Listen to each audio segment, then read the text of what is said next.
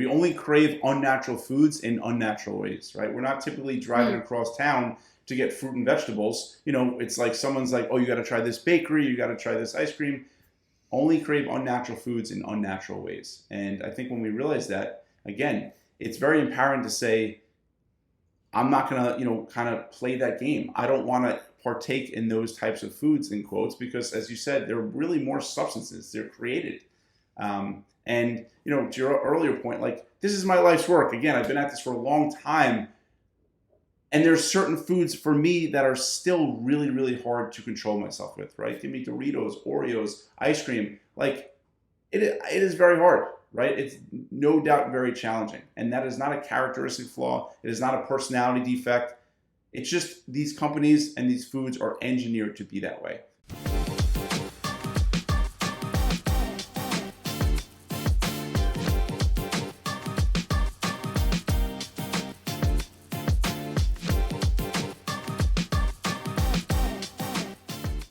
Okay, first of all, the topic is food addiction, right? And I know you have some strong opinions on it. And I have to say, myself, over the years, I've gone back and forth and back and forth. So why don't you share your opinion of the topic, food addiction? Yeah, well, first, let's start with the word addiction. I don't like that word when it comes to food, just because it's very disempowering, right? I am followed by any negative word. I am addicted. I am lazy. I am helpless.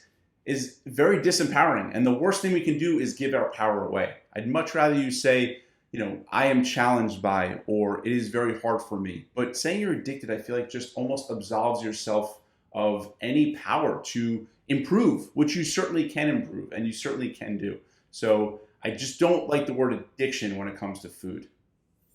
Yeah, and I think that's a really important differentiator. We want to make sure, for those of you tuning in, we are talking about addiction in terms of food, not drug, not alcohol. I mean, that's a whole different realm, right? Which is why this gets sticky, in my opinion. And I've been doing some research, and to date, there is no diagnosis, no official diagnosis of food addiction, right? And the scientists are all out there. There are a lot that are for it. There are a lot that are against it.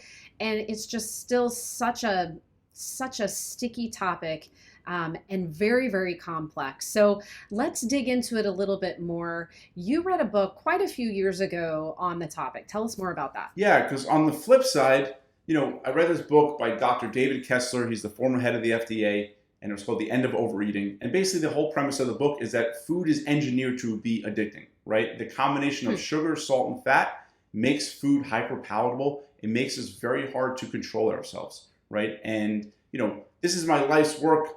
I eat, sleep, and breathe what I do. I've been at this for over 17 years now.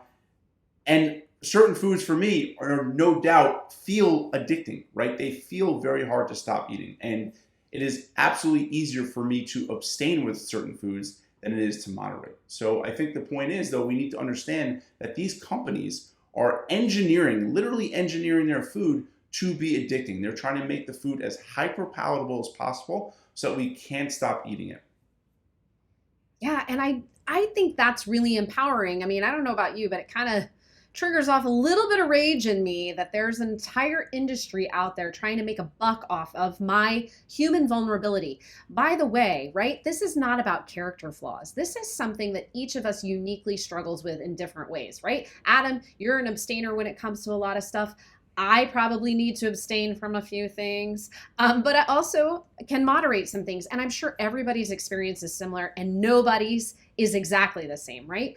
But if you think about it, there are people out there playing upon our biology as humans. Absolutely. And it for me, I'm like, I don't want to be manipulated, right? So let me figure this out.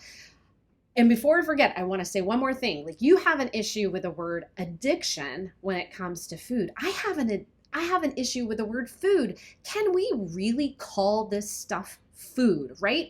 And in the research, right, they're really clear when they're talking about food addiction, they're actually talking about a specific sect of food, genre of food, and it is the highly processed kind, right? You mentioned a combination of high fat, salt, carbohydrate, right? So it's this stuff they're putting together in unnatural ways to really ramp up our chemical responses in the brains and make us want to have more and more of it. So Can we even call it food? Right. Yeah. I What do mean, you it's think? interesting. We only crave unnatural foods in unnatural ways, right? We're not typically driving Hmm. across town to get fruit and vegetables. It's like someone's like, oh, you got to try this bakery, you got to try this ice cream.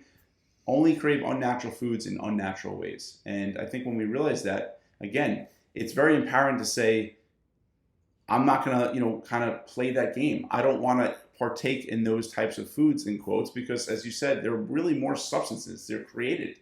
And, to your earlier point, like, this is my life's work. Again, I've been at this for a long time. And there's certain foods for me that are still really, really hard to control myself with, right? Give me Doritos, Oreos, ice cream. Like, it is very hard, right? It's no doubt very challenging. And that is not a characteristic flaw. It is not a personality defect.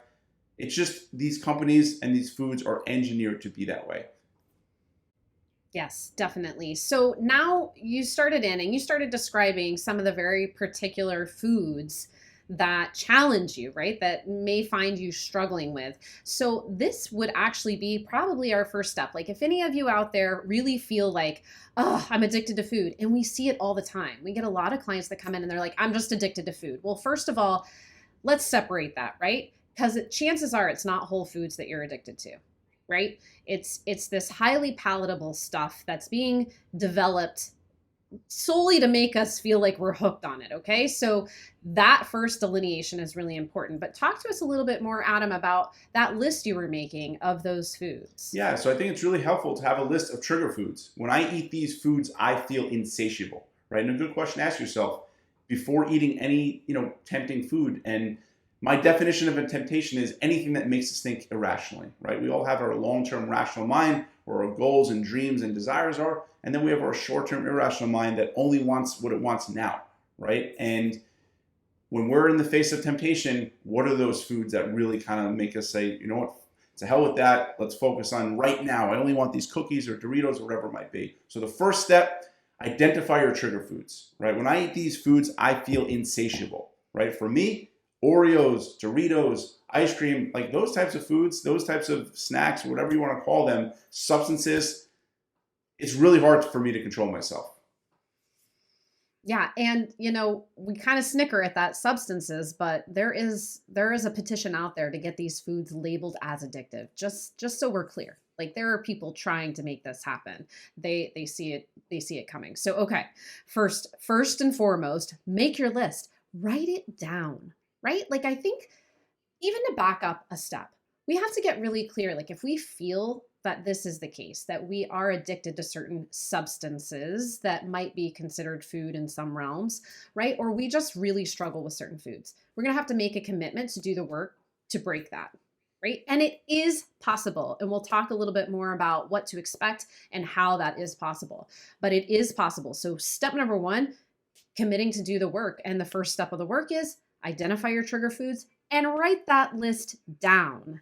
So second step, Adam, we got to talk about the environment.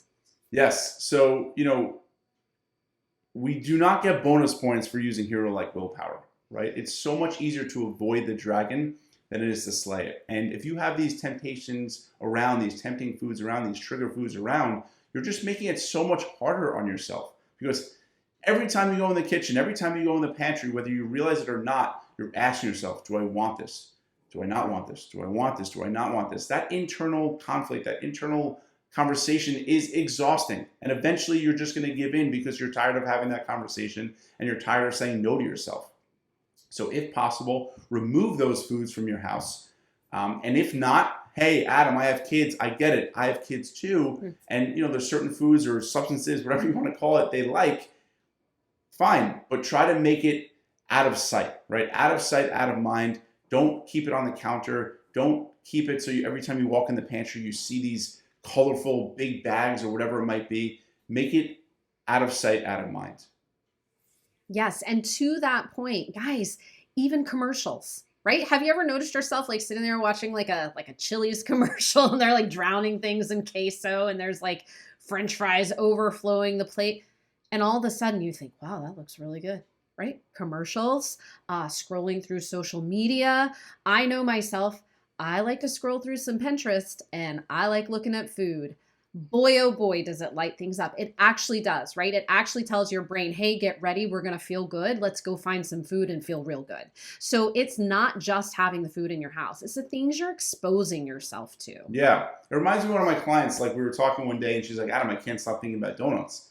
And after a little more prodding, it turns out she's reading about donuts. And one of the easiest ways to control your thoughts is to control your input. Right? And if you're reading or watching or scrolling about food, you can't expect not to think about those types of things, right? And so I think, again, control your input and, your thoughts will certainly change as well. Absolutely. So I think another really important point to bring up is what to expect when you start doing this, right? Like that first time you don't stock your favorite snack food at home and the trigger is pulled, you want it, and you don't have it. And I've been through this with a lot of clients. I think it's important to know what you can expect to feel. Well, first of all, super itchy, super uncomfortable, right? But also there could be feelings of sadness or longing. I know it sounds crazy. And my clients would say to me, why am I feeling sad about this? Well, you're not scratching an itch you've scratched 1,000 times. It's like a breakup. Really, you can expect mood swings, you can expect low energy, lethargy, all of these things are fair game. And so if you know what to expect, it's really important to be prepared for that and have some alternatives. Adam, do you have any suggestions for alternatives? Yeah, I mean, I always say it's much easier to replace a habit than quit a habit.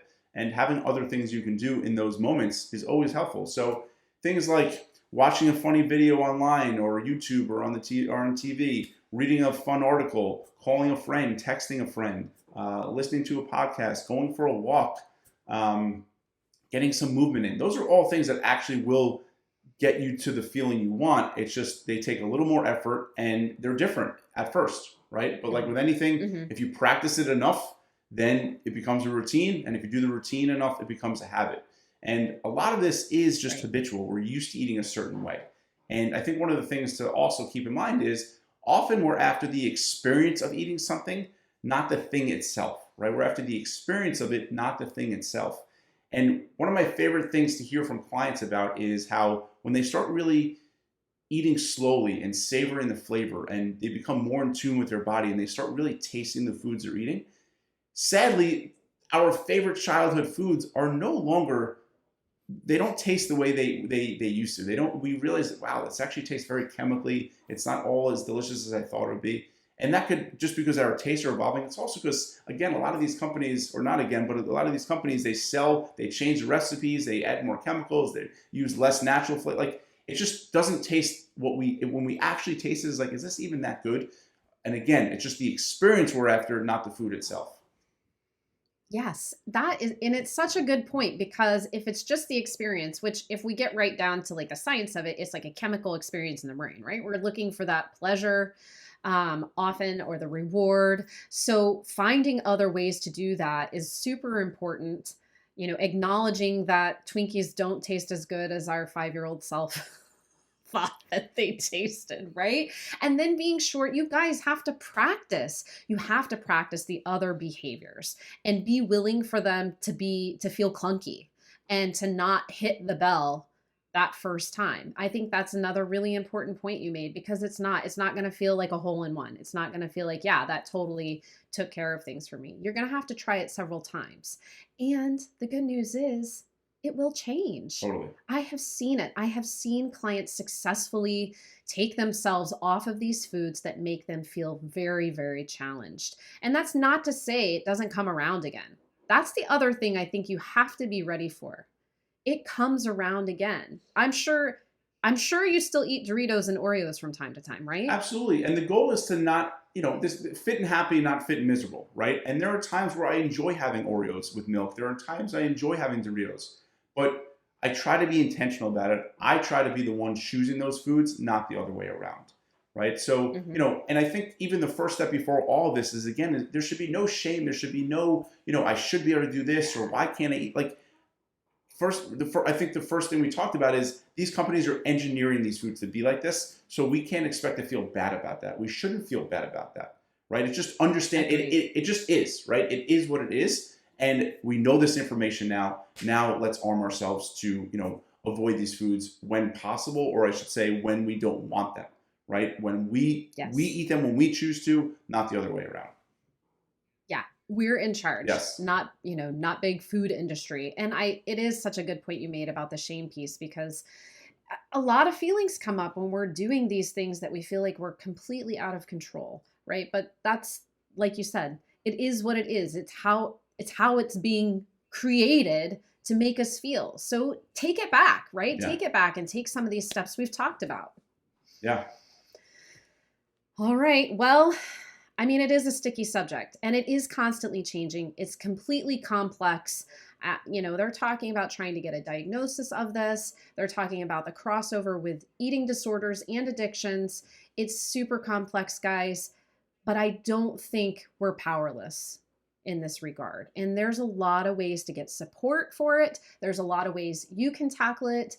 And we'd love to hear from you. If you're out there struggling with this, send us an email. Let us know what's going on, what's helped, and the ways that you're overcoming it. Adam, anything else? Yeah, I mean, talk with your coach about it. And, I think if you follow the things we outlined in this video, you're definitely going to be, ahead of the game here, ahead of the curve in terms of avoiding these foods, or at least having more control with these foods.